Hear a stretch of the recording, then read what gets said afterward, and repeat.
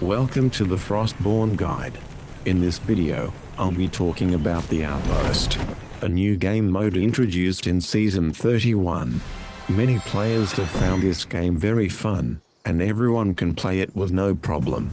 Let's get started. The Outpost is located near the Thor Sanctum on the map. When you enter the Outpost, be sure to read this before doing anything else. Pause this video to read them all.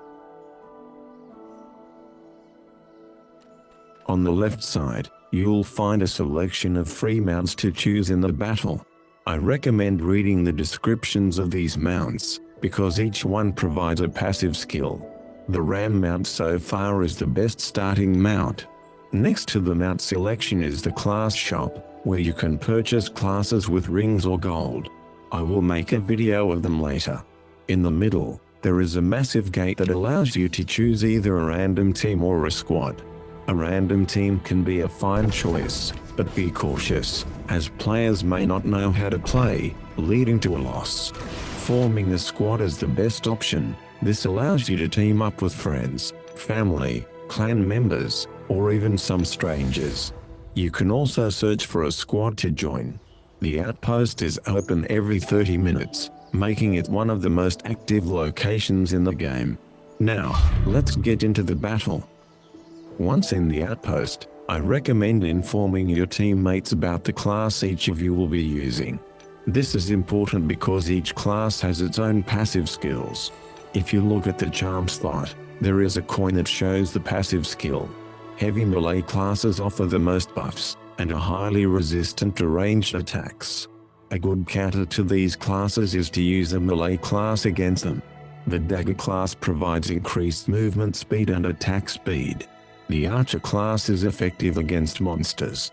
The mage class deals more damage to towers.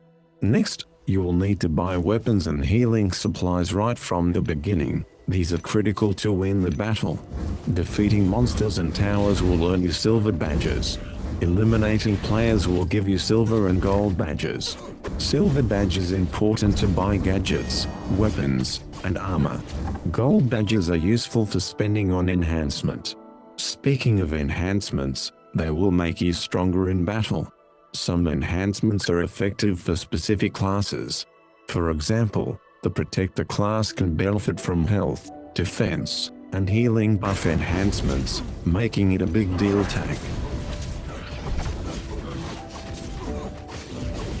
The Shadow Master and Bandit work well with the Vampire enhancements to gain health, and Duelist to make the chance better, all thanks to their attack speed boosts. A faster cooldown rate works excellently for most classes, allowing you to use skill attacks more frequently. I will create a video covering this in detail later. Minions serve various purposes in battle. They can act as tanks, distractions, block incoming gadgets, and mess up their target lock-ons.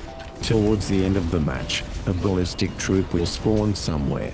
It's not really a threat, but it has a long-range attack. There are two new gadgets that you should try out. Ice Witch's Potion is an excellent choice for surviving. It's very similar to the Desert Mage's Cookin. It heals you and cannot be damaged in a few seconds. The Teleport artifact is great for melee classes. As it seems, it is best to finish off the enemy, or you can teleport away. This only works if you have an enemy target. The spawning timer will be changed depending on how long the battle lasts. The longer it lasts, the longer the wait to respawn. This will be our problem if we die too often at the end and become helpless for quite a while. A monster plant will spawn in 5 minutes at the start of the battle. If you manage to defeat the plant and collect its orb, your entire team will receive a significant buff, increasing movement and attack speed. This can almost guarantee a win. However, killing the plant requires teamwork, or if you have high vampire enhancements, you could attempt to solo it. Be sure to prevent your enemies from accessing it. Aim to survive as long as possible. Dying too often will give your opponents badges to enhance their equipment and abilities. If you manage to stay alive once or less, they will struggle to become stronger. The best method is to defeat enemy players and return when necessary to upgrade your strength. Returning to your safe zone, you will be healed automatically. You can always return to the safe zone and return to the battle. Stay with your team. It is very common that a single warrior goes straight to 4 enemies. It is best to stay close to the tower and your teammate. Otherwise, you're giving free badges to them. And finally, destroy the last battle or have the most tower damage. You will be rewarded with silver and gold season coins, flags, and rings.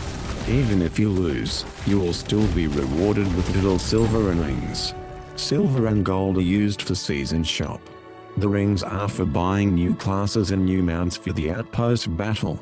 And finally, the flags are for clan war, where you can plant a flag in the zone for the clan tournament.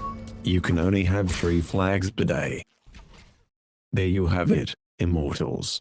I hope this guide is useful for you. Stay tuned for the next Outpost guide. Don't forget to like and subscribe to my channel. It helps me to keep going. Thanks for watching, and grow strong, my friends.